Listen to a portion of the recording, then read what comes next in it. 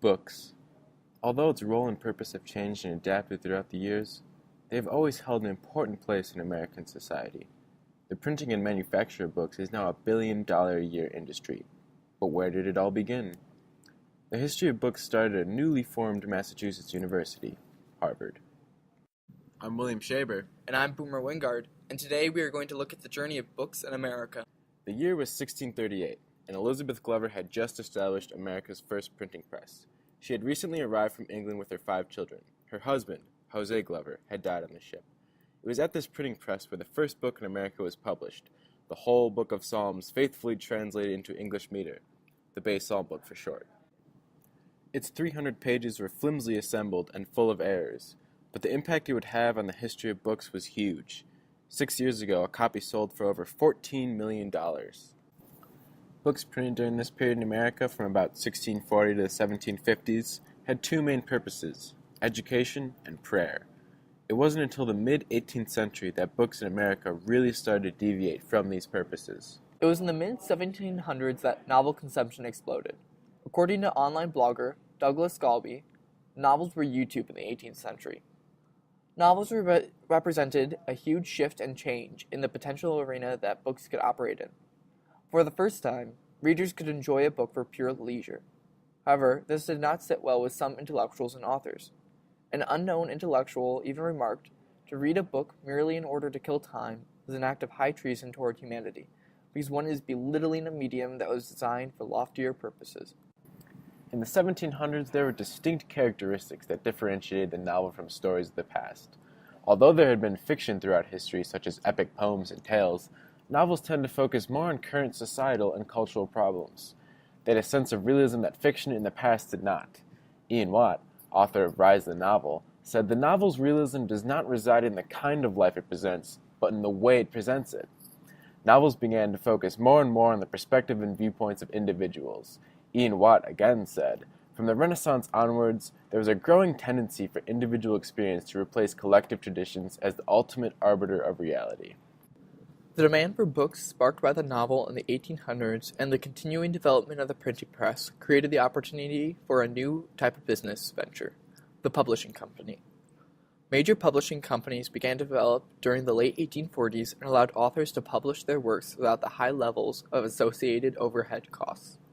In the U.S., New York rapidly became the center of the publishing market with such names as Harper, Putnam, and Scribner rising in the mid-1800s and continuing on into the present.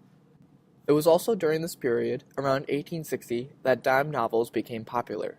These novels were quickly written and focused on different hero characters. Books became more accessible during the late 19th and early 20th centuries due to the development of libraries.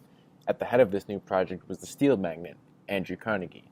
He funded the creation of over 2,000 libraries throughout the English-speaking world, the majority of them within the United States.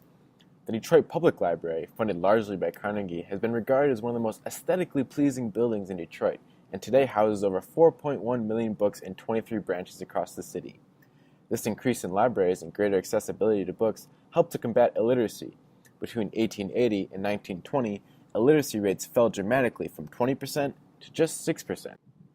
The publishing companies and libraries contributed to the development of the book industry, and the increasing breadth of the audience reachable by books allowed for such books as The Jungle to change the lives of thousands as it affected public opinion in the minds of those who read it. It was 1904, and Upton Sinclair, a muckraker journalist, wanted to present the abuse and harsh working conditions that immigrants were exposed to. For roughly 2 months, he worked undercover at a Chicago meatpacking plant and carefully documented what he saw. 2 years later, he published his novel, The Jungle, with Doubleday Publishing Company. American citizens were outraged with what they read, but not for the reason that Sinclair intended. Readers were disgusted by the health violations and sanitary conditions that Sinclair wrote about, not so much about the plight of immigrant workers. Sinclair himself said, I aimed at the public's heart, and by accident hit it in the stomach. The Federal Meat Inspection Act was passed that same year in response. The Jungle proved that books are a crucial catalyst for social and political change. Beginning in the late 1940s and the early 1950s, the Cold War saw the banning of many books, especially during the period of McCarthyism and the Red Scare. The ideas in many books seemed to detract from the unity of the nation, and as such they were kept from the shelves of libraries, schools, and stores. The action of banning books, such as The Grapes of Wrath, civil disobedience, and even Robin Hood shows just how powerful and influential the ideas within books can be. For a while, big box stores such as Borders and Barnes & Noble seemed to be the way of the future for the book industry. They supplied an unbelievable diversity of book types and genres, and through their accurate record-keeping were able to predict changes in trends, including which books would become popular. However, developments in the industry such as the ebook, which is capable of holding thousands of books, and the reliability of online shipping from such sources as Amazon developed serious competition for these book outlets. Barnes & Noble responded to these changes in the market by strengthening their online presence and even developed their own e-reader, the Nook. Borders, on the other hand, did not adapt. Rather than adapt to the new developments in technology, Borders strengthened their physical stores and stock while outsourcing their online sales to Amazon, an effective competitor to the big box store. Borders also failed to create their own e-reader, ignoring a rapidly growing market for ebooks. These failures to adapt led to the collapse of Borders, and while Barnes & Noble has continued on, many believe that the way in which we purchase our books is forever changed. Furthermore, despite the increasing developments of ebooks, the sale of ebooks has seen a decline, while physical book sales have gone back on the rise. Ebooks were predicted to overtake paper copies by 2015, according to the New York Times. However, the sale of ebooks seemed to have plateaued, with a great many readers preferring paper books or using a combination of electronic and physical reading methodologies.